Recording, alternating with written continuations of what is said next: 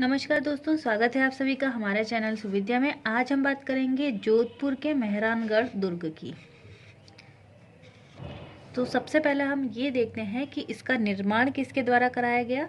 तो मेहरानगढ़ का जो दुर्ग है जो कि जोधपुर में स्थित है, इसका निर्माण 12 मई 1459 को राव जोधा के द्वारा करवाया गया है। तो ठीक है, जोधपुर जोधा के द्वारा करवाया गया है, राव जोधा।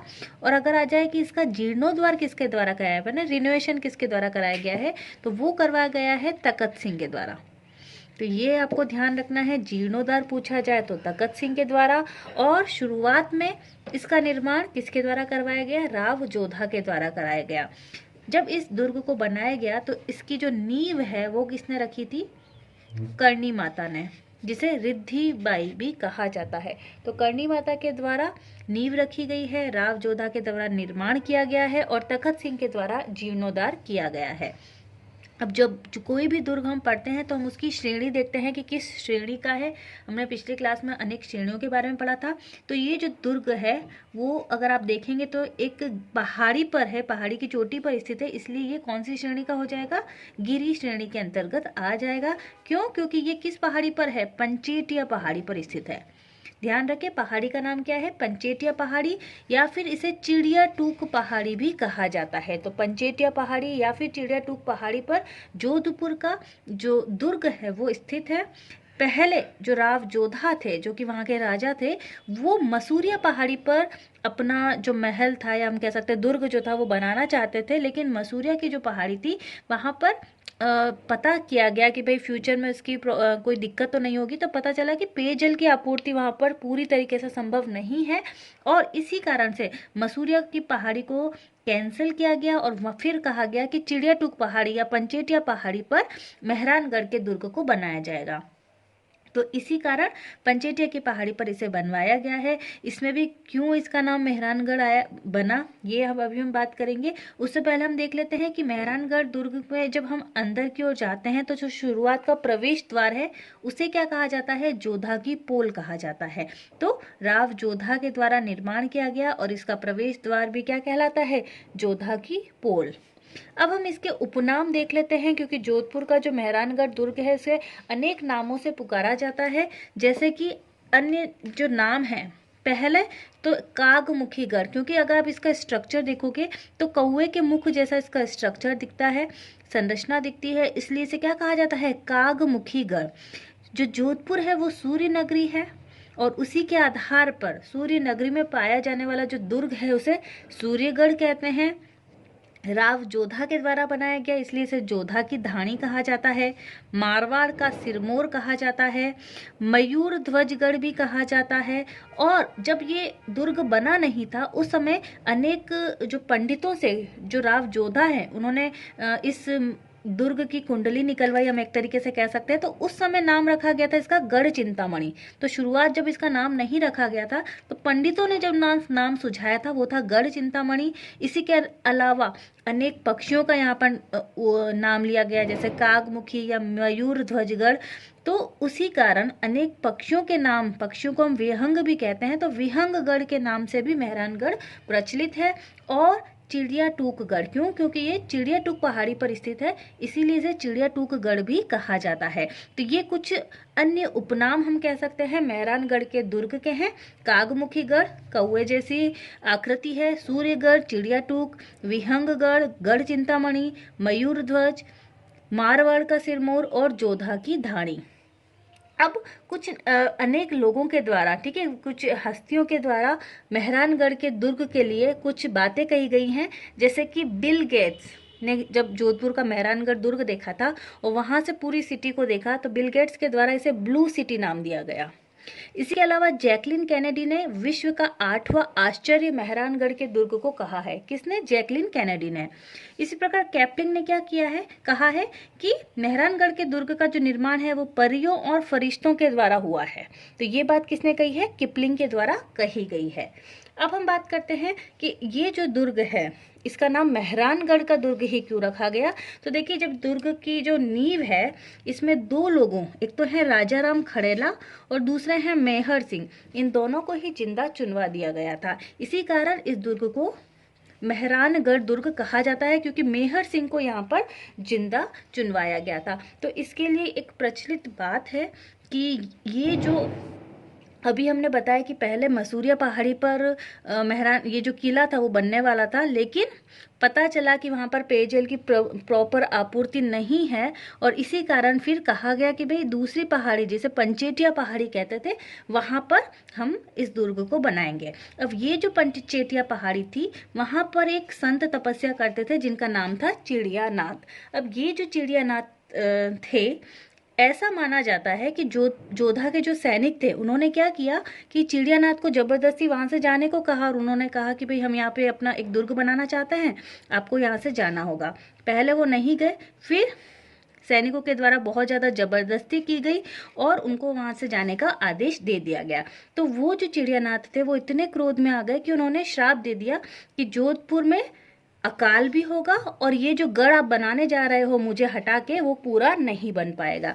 तो सैनिक जो थे ये बात राव जोधा को बताते हैं। अब राजा बड़े चिंतित हो जाते हैं, क्योंकि वो जो संत थे वो बहुत नामी थे, और वो सोचते हैं कि अब ये जो श्राप है इसको समाप्त करने के लिए क्या किया जाए। बहुत विद्वानों से उन्होंने बात की, पंडितों से बात की, लेकिन कुछ ना हो सका और जोधपुर में अकाल पड़ गया। फिर चिड़ियानाथ से उन्होंने माफ़ी मांगी, और फिर उन्होंने किस प्रकार से श्राप को ख़त्म किया जाए ये बात जब उनसे पूछी, तो चिड़ियानाथ ने कहा कि अगर गढ़ की जो नींव है उसमें 2 लोगों को जिंदा चुनवा दिया जाए तो सब कुछ सही हो जाएगा। और इसी कारण दुर्ग की नींव में राजाराम खड़ेला और मेहर सिंह को जिंदा चुनवाया गया था।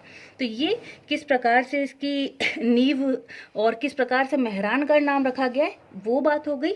अब हम बात करते हैं कि मेहरानगढ़ में प्रमुख महल कौन कौन से हैं। तो देखिए, महल में आपको मुख्य रूप से 4 महलों की ही बात करनी है। पहला हो जाएगा फतेह महल। फतेह महल के अलावा दूसरा हो जाएगा श्रृंगार चौकी। देखिए, जो श्रृंगार चौकी थी वहां पर राजपूत जो थे उनका तिलक होता था, राज तिलक हम कह सकते हैं कि श्रृंगार चौकी में राठौड़ों का राज तिलक किया जाता था। फूल महल बहुत ही आकर्षक महल है ये फूल महल, जिसे अभय सिंह ने बनवाया था, और इसकी जो सोने की नक्काशी है, इसमें सोने की नक्काशी का काम जो कि जीर्णोद्वार तखत सिंह के द्वारा बाद में करवाया गया है। फूल महल सबसे हम कह सकते हैं मेहरानगढ़ दुर्ग का अनुपम महल है। इसी के अलावा यहाँ पर चोखेलाव महल है। चोखेलाव का जो महल है इसका निर्माण मालदेव के द्वारा कराया गया था, और इसमें प्रमुखता ये है कि राम रावण के युद्ध का चित्र चोखलेव महल में बताया गया है, और सप्तसती चित्र को भी बताया गया है। सप्तसती चित्र जोधपुर चित्र शैली का पहला चित्र है। तो कई बार कॉम्पिटिटिव एग्जाम से पूछा जाता है कि जोधपुर चित्र शैली का पहला चित्र कौन सा है, तो सप्तसती चित्र जो है वो जोधपुर चित्र शैली का पहला चित्र है। इसी के अलावा अगर हम बात करें कि महल में तालाब, 2 तालाब बहुत ज़्यादा फेमस हैं। पहला हो जाएगा रानीसर तालाब और दूसरा हो जाएगा पदमसर तालाब। रानीसर तालाब जो है वो जोधा की रानी जसमा दे के द्वारा बनवाया गया, और जो पदमसर तालाब है वो सेठ पदमसा के द्वारा बनवाया गया था। इसी के अलावा यहाँ पर 2 तालाब बावड़ी हम कह सकते हैं, जैसे कि एक है चांद बावड़ी जो कि राव जोधा की दूसरी रानी चांद कंवरी के द्वारा बनवाया गया था, और एक है बाऊजी का तालाब जो कि मालदेव की पत्नी स्वरूप दे के द्वारा बनवाया गया। तो कुछ महल, तालाब और बावड़ी जो कि महत्वपूर्ण है उनके बारे में हमने अब बात कर ली। इसी के बाद अब हम बात कर लेते हैं कि यहाँ के प्रमुख मंदिर कौन कौन से हैं। तो देखिए, चामुंडा माता का मंदिर सबसे हम कह सकते हैं कि मुख्य मंदिर है मेहरानगढ़ के किले का, जो कि राठौड़ राजवंश की आराध्य देवी मानी जाती हैं। इनका जो मेला है वो अश्विन नवरात्रा में मेला लगता है, और इस मंदिर से रिलेटेड हम कह सकते हैं कि बहुत एक बुरी बात हुई थी 30 सितंबर 2008 को, तो जिसे मेहरानगढ़ दुखांतिका के नाम से जाना जाता है।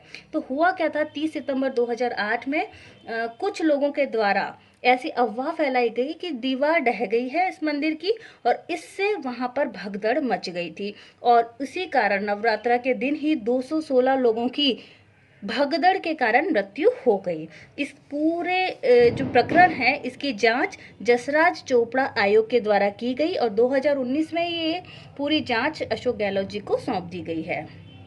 तो ये तो पहला मुख्य मंदिर हो गया चामुंडा माता का। इसके अलावा यहाँ पर एक और मंदिर है नागरेंचिया माता का मंदिर। नागरेंचिया माता का मंदिर वैसे तो जोधपुर के मेहरानगढ़ में भी है, लेकिन इसका जो मूल मंदिर अगर पूछ लिया जाए तो नगाड़ा गांव बाड़मेर में है नागणिचा माता का मंदिर, जो कि राव दुहड़ के द्वारा बनवाया गया था। जोधपुर के नागणिचा माता का मंदिर जो है वो राव जोधा के द्वारा ही बनवाया गया था। इसके अलावा अगर हम बात करते हैं तीसरा महत्वपूर्ण मंदिर जो कि है संतोषी माता का मंदिर। तो ये तो कुछ महत्वपूर्ण बात हो गई मेहरानगढ़ के दुर्ग के बारे में। इसी के अलावा मेहरानगढ़ के दुर्ग में कुछ तोपें रखी गई हैं। तो पिछली बार पटवारी के एग्जाम में प्रश्न भी पूछा गया था कि गजक, गजनी और गुब्बार क्या है, और वहाँ पे मिठाई का नाम लिख दिया गया। तो कई बच्चों को लगा कि ये मिठाई का नाम है, नहीं, लेकिन ये मेहरानगढ़ की तोपों के नाम है। तो गजक जो है, गजनी, गुब्बार, जमजमा, कड़क बिजली, धूड़धानी, शंभू बाण और किलकिला, ये सभी कुछ महत्वपूर्ण तोपें हैं जो कि मेहरानगढ़ के दुर्ग में सुरक्षा के लिए रखवाई गई थी। किलकिला तोप जो है वो अजीत सिंह ने अहमदाबाद से मंगवाई थी।